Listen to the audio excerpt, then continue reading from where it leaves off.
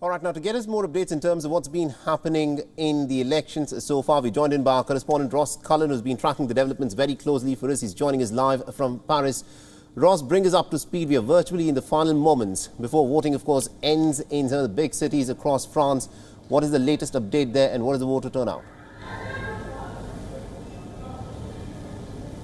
Yes, results expected in 15 minutes' time. Voter turnout is also set to be low. We do expect abstentionism to be more than 25%. You can see a polling station just behind me, just some last people, their last chance. They have half an hour left to vote, just under that until 8 p.m. local time. That's when polling ends in Paris. It's already ended in some of the smaller towns across the country, and at 8 p.m. there will be a projection of the results announced for who will be the next President, Emmanuel Macron, the centrist incumbent, or Marine Le Pen, his far-right challenger.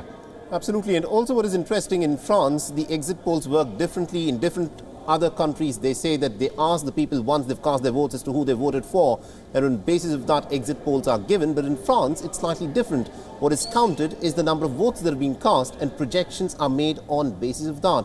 So tell us more in terms of how this process works in France.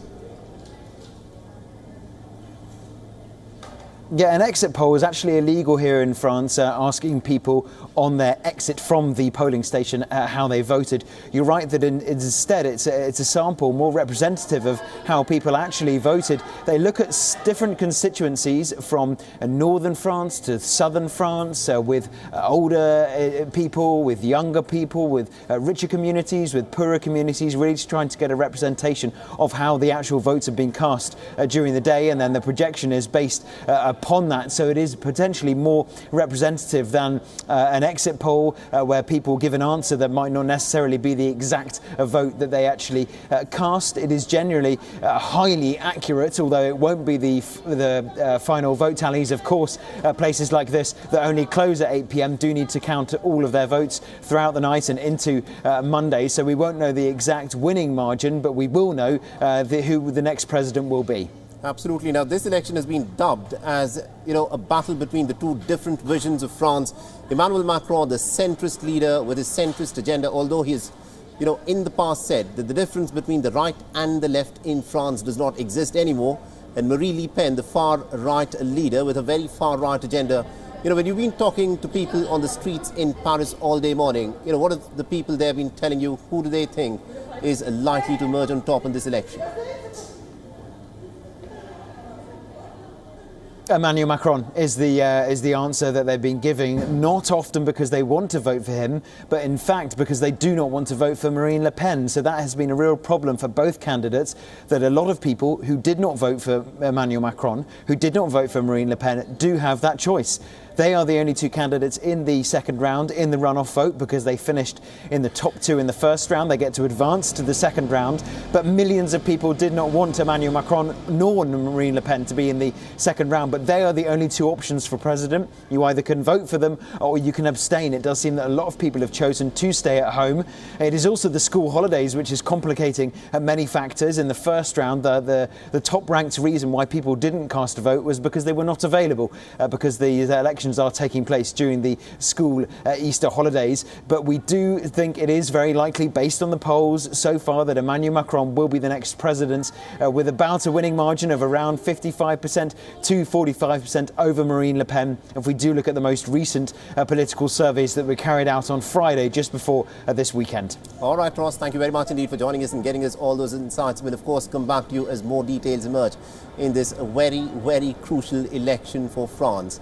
And also to share more insights on this crucial race to the LSE Palace, we are also joined on our broadcast by political journalist Cole Stangler, who's joining us live from Paris. Now, Mr. Stangler, this of course is, in many ways going to be a very crucial election for the future of France. But a lot of it is going to depend on voter abstention, because according to reports that have come in, the voter abstention is set to be almost about 28% till 5 p.m. of the count that was done. How crucial a role do you think this voter abstention is likely to play?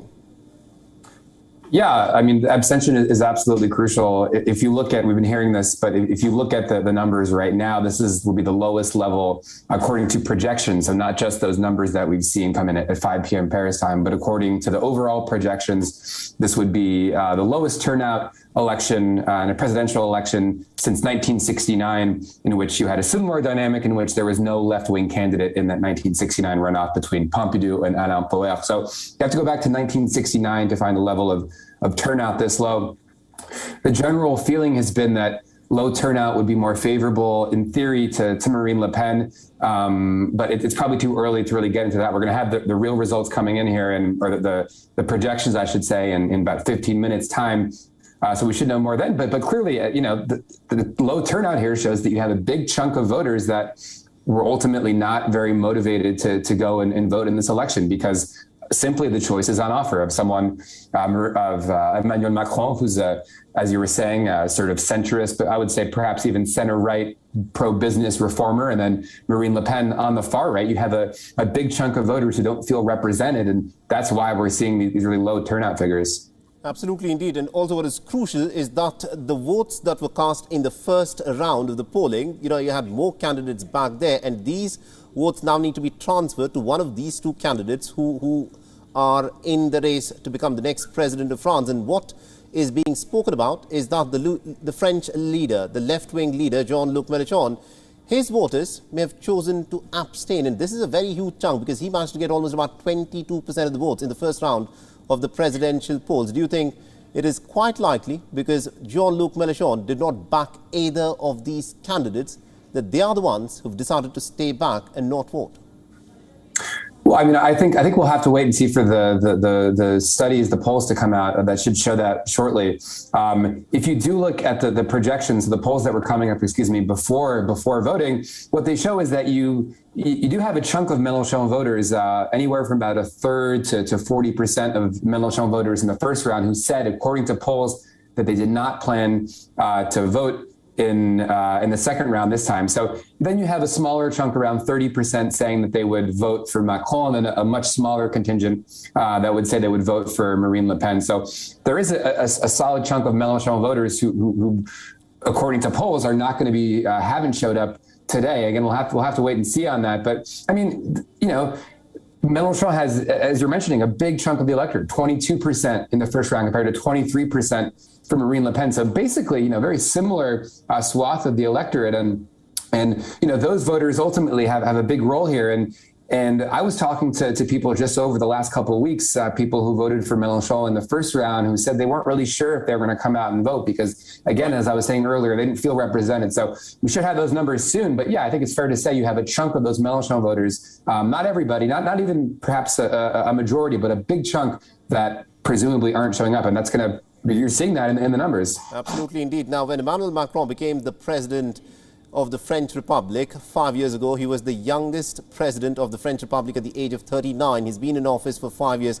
But has he done enough to convince the French public that he is the man, that they should choose to lead them in the future, especially with respect to his financial record, in terms of how the French economy is shaped under his charge, in terms of his policies, let's say for pensions, where he said that he would want to cut pensions for the French working class.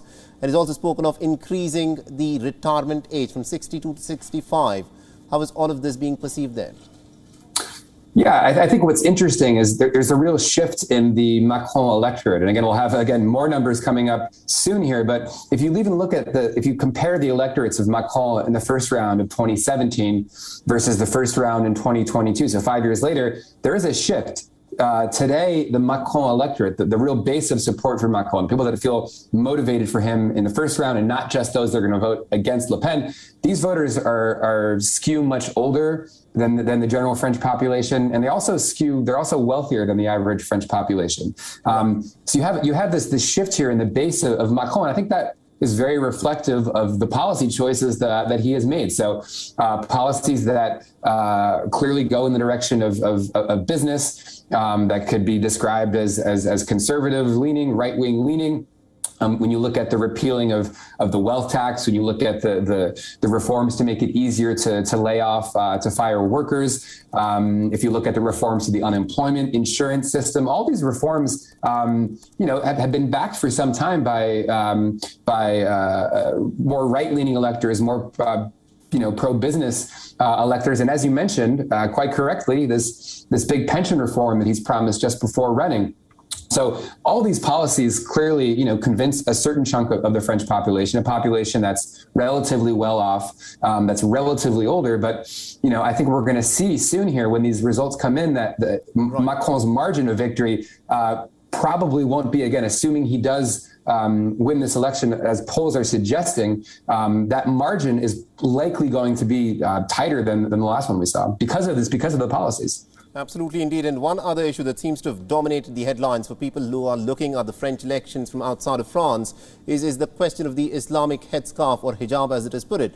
It was something that also featured very prominently in the presidential debate that we saw on the 20th of this month earlier. Now, the Muslim population in France is just 5%. Half of them are women. That's 2.5%. And in that, a small fraction wear the headscarf or hijab. Why is it that the issue of hijab has been so prominent and has been discussed a lot in French politics? I mean, that's an excellent question, and I think it's probably a question that maybe should have even been asked at that debate, which is, why is this issue getting so much attention? I mean, that's a long conversation, but I mean, on some very simple level, you have a relatively strict version of secularism in France called laïcité, in which the state is historically and increasingly, I should say, having a more active role in keeping religious signs and symbols out of certain spaces. So you do have this tradition of laïcité, but what's happened, in the last few years is there's been more and more attention brought to radical Islam and Islamist terrorism. And we've seen this sort of shift from issues that really have nothing to do with one another to now discussing the hijab and the headscarf. And of course, so I would say, again, so you have this laïcité secularist bedrock. You have this backdrop of the recent terror attacks that have again, irrationally, I think, in my view, brought more attention to the headscarf. And then I would say the third factor is you have a far right that's increasingly powerful in France that sees this as sort of an issue that they can win support on. And that's, something that the far right National Rally has done for years now. And Marine Le Pen campaigning this time around, despite not focusing on immigration nearly as much as she had in the past, said that she wants to ban the Islamic headscarf from public space, a radical move. And that, I think triggered obviously the discussion that we saw in that presidential debate earlier this week. Absolutely. One would think that the state should not dictate to its women as to what they can or cannot wear. And it's bizarre that the issue of headscarf has been so prominently discussed in the French election. I agree. Thank you very much indeed, Cole, for joining us and getting us all those insights in this French election. So we're just moments away from the projections being given out as to who is likely to emerge as the next president of France. Because remember, this is, of course, a battle of two different ideologies, two different visions for France. Both Macron and Marine Le Pen have expressed their visions, and in the next few minutes, we'll try and decode what each of them, of course, stands for and how this is likely to impact the future of France. Now, currently, the biggest issues of the poll includes the economy, of course. The economy. Have these leaders got a good vision to improve the standard of living of the French people? That should be the biggest question. And then, of course, you have this question of immigration, especially from countries such as the Middle East and from Africa, where the far-right leaders, and indeed in the whole of Europe, there have been some serious question marks on their policies there. Now, the country's security is another big issue that the two leaders have been debating on, and the war in Ukraine has also dominated the headlines in the last 2 months. The first issue is the policy on European Union. So Macron has viewed the European Union as a bit of a central pillar of his diplomatic agenda throughout his 5 years in office. Macron sees the bloc as part of a solution for France on several issues such as environment and security. According to the incumbent president, Europe presents opportunities for the transition to a cleaner energy. He further aims to strengthen the EU's external borders and also align member states of the EU in terms of the rules that they have for asylum seekers and refugees and migrants. Meanwhile, Marie Le Pen represents a completely different vision of Europe. Her stance on the European Union is completely opposite. During a 2017 campaign, the far-right leader had wanted France to exit the euro currency. And the European Union altogether is something that she wants to stay away from. But during her recent presidential rally, Marie Le Pen has emphasized that she would want to re-establish the primacy of French laws or the laws that are dictated by Brussels. Le Pen has also said that she would like to cut French contributions to the EU budget and reintroduce checks on goods that enter into the country from the EU states. Now, another major difference between the leaders is that of their position that they take on the NATO military alliance. Macron views the North Atlantic Treaty Organization as a useful military alliance. He further aims to have a better cooperation between the alliance's members. While Marie Le Pen has been staunch on withdrawing France from NATO's integrated command, she's asserted that she wants NATO and Russia to in fact have some kind of a rapprochement and have better ties so that these kind of standoff like what we are witnessing do not happen. The other major issue is the war in Ukraine. Remember, Emmanuel Macron, as soon as the war broke out, took on a very energetic stance in terms of carrying out diplomacy. He went and met with the president of Russia in Moscow. He tried to bring about some kind of a negotiation process underway. But then, what was he getting to the table? This, of course, is the question that was asked, because it was difficult in those circumstances to, in fact, establish peace. And initially, in terms of how this was playing out on the domestic election, Macron gained a lot of support from the people within his own country. But soon, Marie Le Pen was able to close off the gap by focusing on a domestic agenda. And that is what she's been completely focused on at this point of time. WION is now available in your country. Download the app now and get all the news on the move.